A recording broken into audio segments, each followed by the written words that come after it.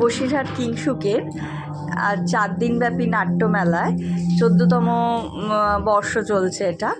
এই নাট্যমেলায় এসে কেমন অনুভূতি লাগছে নাটক দেখে, নাটকের পরিবেশ দেখে, সমস্তটা মিলিয়ে তোমার অনুভূতি কেমন তুমি যদি একটু জানাও। নমস্কার, আমি হিমাংশু শর্মা।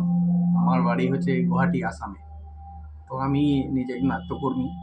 আমি অনেক নাট্য ফেস্টিভ্যালে নাটক করতে গিয়েছি বা দেখেছি। ফেস্টিভ্যালে অর্গানাইজারের যেটা ব্যবস্থা, এখানে কিংসুকের যে আয়োজন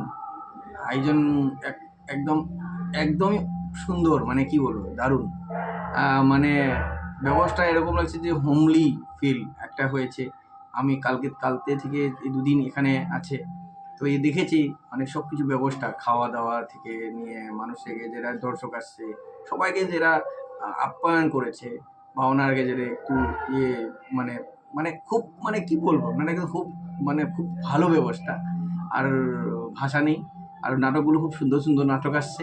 কালকেও 2টো নাটক খুব ভালো হয়েছে। আজকে দেখলাম এই বিধানের বুদনি দেখলাম, খুব এক্সিলেন্ট প্রোডাকশান, খুব সুন্দর প্রোডাকশান। আর অডিয়েন্সেও পুরো ভরে গেছে।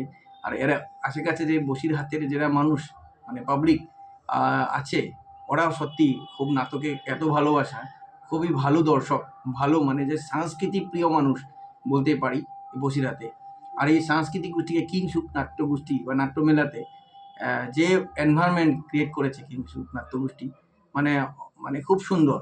মানে এর ভাষা নেই। একটু খুব ভালো স্মৃতি নিয়ে আমি গুয়াহাটি ফিরবো বা আসাম ফিরবো। খুব ভালো স্মৃতি, চিরদিন একটু মনে থাকার স্মৃতি আমি নিয়ে যাচ্ছি। এটা খুব সুন্দর। আর কিংসুকের এই নাট্যমেলা আমি 100 বছর কামনা করি। এই আমার ধন্যবাদ। Thank you.